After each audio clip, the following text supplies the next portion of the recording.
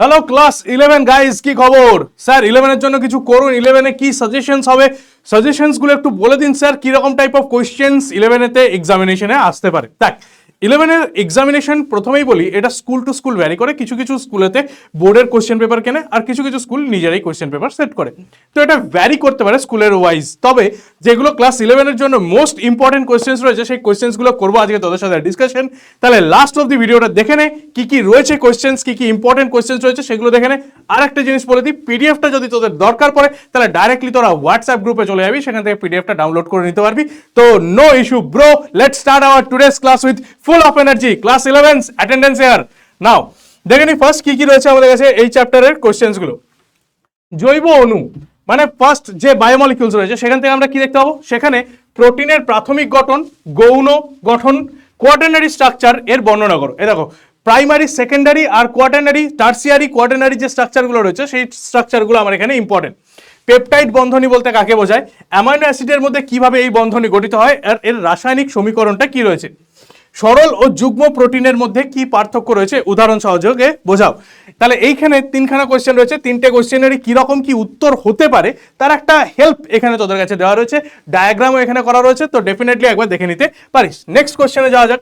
Next কি বলছে, monosaccharide, oligosaccharide এদের পলিস্যাকারাইডের সংজ্ঞা দাও ও উদাহরণ লেখো। গ্লাইকোসাইডিক বন্ড কি, একটি ডাইস্যাকারাইড গঠনের মাধ্যমে দেখাও। বিজারক ও অবিজারক শর্করা বলতে কি বোঝো, গ্লুকোজ ও সুক্রোজের মধ্যে কোনটি বিজারক। তাহলে বুঝতেই পারছিস যে এরকম ভাবে পার্ট পার্ট করে কোশ্চেন্স কিন্তু এখানে আমার আসতে পারে। এই দেখ, আলফা ডি গ্লুকোজ, ফ্রুক্টোজ, সুক্রোজের স্ট্রাকচার, গ্লাইকোসাইডিক বন্ধনী কাকে বলে, প্রত্যেকটা জিনিসই এখানে আমাদের কাছে অটোমেটিক্যালি হেল্প করে দেওয়া আছে, যাতে তোদের না আটকায় কোশ্চেনগুলো অ্যান্সার করার জন্য। নেক্সট কি রয়েছে, ক্লোরোফিল এ ও ক্লোরোফিল বি এর এদের রাসায়নিক গঠনের তুলনা করো আর এদের আণবিক সংকেত লেখো। এরা ক্লোরোফিল এ আর ক্লোরোফিল বি এর রাসায়নিক গঠন আর এদের আণবিক সংকেত এখানে দেওয়া আছে। নেক্সট কি বলেছে, ক্যারোটিনয়েডস ও জ্যান্থোফিল কি। ঠিক আছে, ক্যারোটিনয়েডস আর জ্যান্থোফিল কি, সালোক সংশ্লেষে এদের ভূমিকাগুলি উল্লেখ করো। সালোক সংশ্লেষে কার্য বর্ণালী যাকে আমরা বলি হচ্ছে অ্যাকশন স্পেকট্রাম, আর শোষণ বর্ণালী মানে হচ্ছে অ্যাবজর্পশন স্পেকট্রাম, এর মধ্যে পার্থক্য লেখো। তাহলে এখানে সালোক সংশ্লেষ নিয়ে তিনখানা কোশ্চেন দেখতে পেলি। নেক্সট আরো কোশ্চেনের মধ্যে যাওয়া যাক। সালোক সংশ্লেষের মধ্যে most most most important question যেটা পরীক্ষায় তোরা দেখতে পাবি সেটা হচ্ছে আবর্তকার আর অনাবর্তকার ফসফোরাইলেশনের মধ্যে পার্থক্য লেখো। জেড স্কিম বা ইলেকট্রন ট্রান্সপোর্ট তন্ত্রের লেখচিত্রটি বর্ণনা করো। কেমিও অসমোটিক মতবাদ অনুসারে এটিপি উৎপাদনের কৌশল ব্যাখ্যা করো। তাহলে তিনখানা আমাদের কাছে মোস্ট ইম্পর্টেন্ট এরিয়া রয়েছে, সেই তিনটে এরিয়াকেই দেখ আমি এখানে কভার করে দিয়েছি। তাহলে তিনটে এরিয়া এইখানে হচ্ছে আমার টোটাল এরিয়াটা রয়েছে। জেড স্কিম কিন্তু আমার এখানে খুব ইম্পর্টেন্ট, পরীক্ষায় আসতেই পারে। ঠিক আছে, নেক্সট এরপরে দেখবো কি, কেলভিন চক্র বা C3 চক্রের তিনটে ধাপ রয়েছে, তিনটি দশা, কার্বক্সিলেশন, বিজারণ ও পুনরুৎপাদন রেখচিত্রের সাহায্যে বর্ণনা করো। ঠিক আছে, কখনো 2 মার্কসেও আসতে পারে, এটা 3 মার্কসেও দিতে পারে, আবার 5 মার্কসের কোশ্চেনের মধ্যে 5 মার্কস হলে 3+2 করে দেবে। ক্লিয়ার। রুবিস্কো উৎসেচকের দ্বৈত ভূমিকা মানে অক্সিজেন আর কার্বন ডাই অক্সাইড মানে অক্সিজেন ও কার্বক্সিলেজ ব্যাখ্যা করো।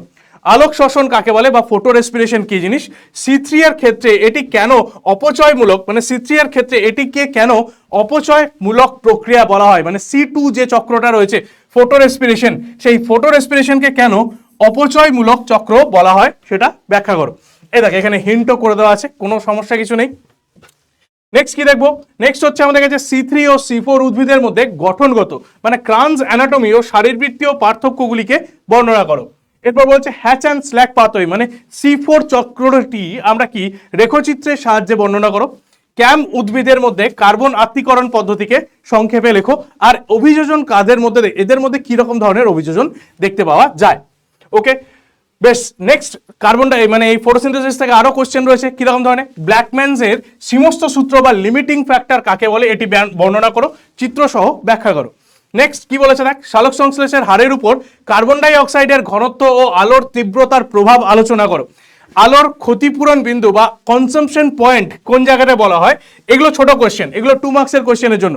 তাহলে মোটামুটি যে কোশ্চেন্সগুলো বলছি এই কোশ্চেন্সগুলো হচ্ছে গোটা চ্যাপ্টারে 2, 3, 5 ইচ অ্যান্ড এভরি কি কোশ্চেন্সকে কিন্তু কভার করবে। ঠিক আছে, নেক্সট হচ্ছে আমাদের কাছে শ্বসন রেসপিরেশন থেকে কি কোশ্চেন আসতে পারে, গ্লাইকোলাইসিস ও ক্রেবস চক্রের ব্যবহৃত ও প্রধান উৎসেচকগুলির নাম আর এদের কাজ উল্লেখ করো। সালোক সংশ্লেষ আর শ্বসনের মধ্যে প্রধান পার্থক্যগুলিকে লেখো। শ্বসন অনুপাত কি, শর্করা, প্রোটিন ও ফ্যাটের আর কিউর মান কত। ঠিক আছে, নেক্সট কি বলেছে দেখ, নেক্সট এরপরে রয়েছে পত্ররন্ধ্র খোলা ও বন্ধ হওয়ায় পটাশিয়াম ম্যালেট তত্ত্বটি বিস্তারিতভাবে বর্ণনা করো। পটাশিয়াম আর ম্যালেট কিভাবে কাজ করে সেই পটাশিয়াম ম্যালেট তত্ত্বটি বর্ণনা করো। খনিজ লবণ শোষণের সক্রিয় শোষণ ও নিষ্ক্রিয় শোষণের মধ্যে পার্থক্য লেখো। পত্ররন্ধ্র উন্মোচনে নীল আলোর ভূমিকা কি? তাহলে শুধুমাত্র যদি নীল আলোকে ব্যবহার করা হয় তাহলে সেখানে পত্ররন্ধ্র উন্মোচনের জন্য কিরকম ভাবে কাজ করে থাকে। দেখ এর জন্য উত্তর সংকেত আমি এখানে দিয়ে রেখেছি, ক্লিয়ার। তারপরে চলে আয় প্রশ্নবলীর মধ্যে কি রয়েছে দেখ, আলোক পর্যায় বৃত্তি বা ফটোপিরিয়ডিজমস কাকে বলে? ঠিক আছে, হর্ষদিবা আর দীর্ঘদিবা উদ্ভিদের মধ্যে পার্থক্য লেখো। পাইটোক্রম কি? পুষ্প পরিস্ফুরণে পিআর আর পিএফআর এর অন্তররূপ কিভাবে কাজ করে? বাসন্তীকরণ এর কৃষিকার্যের দুটি গুরুত্ব লেখো। তাহলে বাসন্তীকরণ কাকে বলে আর এর কৃষিকার্যে কি গুরুত্ব রয়েছে, বোঝা গেল? বেশ, এছাড়া কি দেখতে পাবো? এছাড়া এই যে চ্যাপ্টারটা উদ্ভিদের বৃদ্ধি ও বিকাশ রয়েছে সেখানে অক্সিন, সাইটোকাইনিন আর জিব্বারেলিন এই তিনটে হরমোনের কাজ আর এরা কেমন ভাবে ব্যাখ্যা করছে, এই কাজগুলো কিভাবে হয়ে থাকে সেই জিনিসগুলোকে কিন্তু আমরা এখানে দেখে নেব। ঠিক আছে, ওইগুলোকে যেন মিস না করে যাই আমরা। বেশ, নেক্সট এরপরে চলে আসবো কি, নেক্সট এরপরে হচ্ছে পরিপাক ও শোষণের থেকে তিনখানা জায়গা। একটা হচ্ছে পৌষ্টিক নালীর চিত্রসহ গঠন বর্ণনা, মানুষের বিভিন্ন প্রকার দাঁতের বিন্যাস এর চিত্রসহ বর্ণনা, আর পৌষ্টিক গ্রন্থিগুলির নাম ও কাজ উল্লেখ করো। নেক্সট এরপরে কি রয়েছে না, প্রোটিন ও কার্বোহাইড্রেটের পরিপাক পদ্ধতি ছকের সাহায্যে দেখাও। নেক্সট ফ্যাটের যে বিশেষ শোষণ দেখতে পাওয়া যায় সেই শোষণ টিকা কি বলেছে, পেম, জন্ডিস, কোষ্ঠকাঠিন্য কাকে বলে, কোয়াশিরকোর ও ম্যারাসমাস কি জিনিস। তারপরে এরপরে মানুষের শাসনতন্ত্রের চিহ্নিত চিত্র অঙ্কন করো। ঠিক আছে, এছাড়া মানুষের শ্বাসকার্যের যে কৌশল সেই কৌশল বর্ণনা করো। মানুষের ক্ষেত্রে টিভি, ভিসি যেগুলো রয়েছে, ঠিক আছে, ভাইটাল ক্যাপাসিটি, তারপরে কি টাইডাল ভলিউম, এই সমস্ত জিনিসপত্রগুলিকে ব্যাখ্যা করো। এর সাথে সাথে কি রয়েছে, রক্তে অক্সিজেন ও কার্বন ডাই অক্সাইড পরিবহন পদ্ধতি আলোচনা করতে বলেছে। শ্বসন হার নিয়ন্ত্রণের জন্য স্নায়ুতন্ত্রের ভূমিকা কি সেটা নিয়ন্ত্রণ করতে বলেছে। টিকা লেখো, হাঁপানি আর এমফাইসিমা এই দুটোকে টিকা আকারে লিখতে হবে। নেক্সট কি বলেছে, দেহ তরল সংবহন থেকে রক্তের উপাদান ও কাজগুলিকে সংক্ষেপে বর্ণনা করো। মানুষের হৃৎপিণ্ডের লম্বচ্ছেদ ও চিত্র অঙ্কন করো। তার সাথে কি রয়েছে, লসিকার কাজ কি এর কাজ উল্লেখ করো। ঠিক আছে, লসিকা কি এর কাজ উল্লেখ করো। এছাড়া আর কি দেখতে পাবো, কার্ডিয়াক চক্র ও দশাগুলি কি কি, মানে কার্ডিয়াক সাইকেলের যে দশাগুলি রয়েছে সেই দশাগুলি কি কি রয়েছে। দ্বিসংবহন ও পেসমেকার কাকে বলে। তারপরে উচ্চ রক্তচাপ, হার্ট ফেলিওর ও অ্যানজাইনা কি। ছোট ছোট ছোট ছোট করে কোশ্চেন, 2 মার্কস 2 মার্কস 1 মার্কস এরকম ধরনের। ঠিক আছে, ওকে। এছাড়া মানুষের বৃক্কের লম্বচ্ছেদ ও চিহ্নিত চিত্র অঙ্কন করতে বলেছে। নেফ্রনের একটা চিত্র অঙ্কন করতে বলেছে। রেচনের প্রকারভেদ আর এর উদাহরণ দিয়ে লিখতে হবে, মানে কোনটাকে অ্যামিনোটেলিক বলি, কোনটাকে ইউরিকোটেলিক বলি, কোনটা ইউরিওটেলিক বলা হয়, তাহলে এইগুলো হচ্ছে ভাগ করে লিখতে বলা হয়েছে। এরপরের কোশ্চেনে কিরকম চলে যায় দেখি, মূত্র উৎপাদন পদ্ধতিটি সংক্ষেপে বর্ণনা করো। ঠিক আছে, এর মধ্যে কোনটা পরিশ্রুতকরণ, কোনটা পুনঃশোষণ, কোনটা ক্ষরণ। ঠিক আছে, বৃক্কের কাজের জন্য এডিএইচ হরমোনের কি ভূমিকা, এটা একটা গুরুত্বপূর্ণ কোশ্চেন। নেক্সট কি বলছে, ডায়ালিসিস ও রেনাল ফেলিয়ার কাকে বলা হয়, ক্লিয়ার। এর পরের যে কোশ্চেন রয়েছে সেই কোশ্চেন কি, স্লাইডিং ফিলামেন্ট তত্ত্বটি সংক্ষেপে বর্ণনা করো। এটা পরীক্ষার হলে গিয়ে দেখতে পাবে, ম্যাক্সিমাম স্টুডেন্টরা দেখতে পাবে যে স্লাইডিং ফিলামেন্ট থিওরি, এই থিওরিটা কিন্তু পরীক্ষার মধ্যে আসবে। মাসেল কন্ট্রাকশনের মধ্যে স্লাইডিং ফিলামেন্ট থিওরি, যেটা ম্যাডাম কিন্তু রেডি করে দিয়েছে একবারে। ওকে, সাইনোভিয়াল সন্ধি কাকে বলা হয়। নেক্সট কি বলেছে, কি বলে, আর্থ্রাইটিস ও অস্টিওপোরোসিস কাকে বলে। ঠিক আছে, এরপর একটি মাল্টিপোলার নিউরনের চিত্রসহ গঠন, মানে নিউরনের ছবি আমাদের কাছে ইম্পর্টেন্ট। স্নায়ুস্পন্দন সৃষ্টি ও পরিবহনের কৌশল বর্ণনা করো, এটাও একটা ইম্পর্টেন্ট কোশ্চেন। মাসেল কন্ট্রাকশনের সঙ্গে এই জিনিসটাকে অর হিসাবে তোরা পরীক্ষায় দেখতে পাবি। তারপর কি বলছে, সাইন্যাপস ও এর সংকেত যে পরিবহন, সেই পরিবহনের পদ্ধতি বর্ণনা করো। নেক্সট, মস্তিষ্কের বিভিন্ন অংশগুলির কাজ উল্লেখ করো। ঠিক আছে, এছাড়া মানুষের চোখের লম্বচ্ছেদ, চোখের চিত্র, প্রতিবর্ত ক্রিয়া ও প্রতিবর্ত চাপ, এই দুটো জিনিস নিয়ে কিন্তু আমাদের এখানে কোয়েশ্চেন আসতে পারে। Reflex arc and reflex pressure কাকে বলে। ঠিক আছে, এছাড়া আর কি দেখতে পাবো, রাসায়নিক সমন্বয় থেকে, কারণ এখানে জুলজি পার্টের মধ্যে অনেকগুলো গুরুত্বপূর্ণ চ্যাপ্টার রয়েছে, তাই কোনোটাকেই কিন্তু মিস করা যাবে না। তাই যারা যারা এখনো পর্যন্ত দেখছিস এই সাজেশনসগুলো, এই কোয়েশ্চেন্সগুলো যেন ডেফিনেটলি তারা একবার রেডি করে নিবি। কি কি বলেছে, পিটুইটারি হরমোনগুলির নাম কি। অগ্রপিটুইটারি থেকে জিএইচ, বৃদ্ধির জন্য টিএসএইচ, এসিটিএইচ, তারপর পশ্চাৎ পিটুইটারি থেকে এডিএইচ, অক্সিটোসিন, এই মানে প্রভু গ্রন্থি বা মাস্টার গ্ল্যান্ড কাকে বলা হয়, এই জায়গাগুলো রেডি করবি। থাইরয়েড হরমোনের জন্য থাইরক্সিন বিএমআর নিয়ন্ত্রণের জন্য কিভাবে কাজ করে। প্রোটিন ও স্টেরয়েড হরমোনের কাজের কৌশল আমাদের বর্ণনা করো। দেখ এখানে প্রত্যেকটা খুব সুন্দর ডায়াগ্রাম করেও দেওয়া রয়েছে। ঠিক আছে, নেক্সট কি রয়েছে, নেক্সট রাসায়নিক সমন্বয় ও নিয়ন্ত্রণ থেকে ইনসুলিন আর গ্লুকাগনের ডায়াবেটিস মেলিটাস সম্পর্কে যেভাবে কাজ করে সেই জিনিসটা আমাদের দেখতে হবে। অ্যাড্রিনাল গ্রন্থির যে হরমোন রয়েছে সেই অ্যাড্রিনাল গ্রন্থির হরমোনগুলোকে জানতে হবে।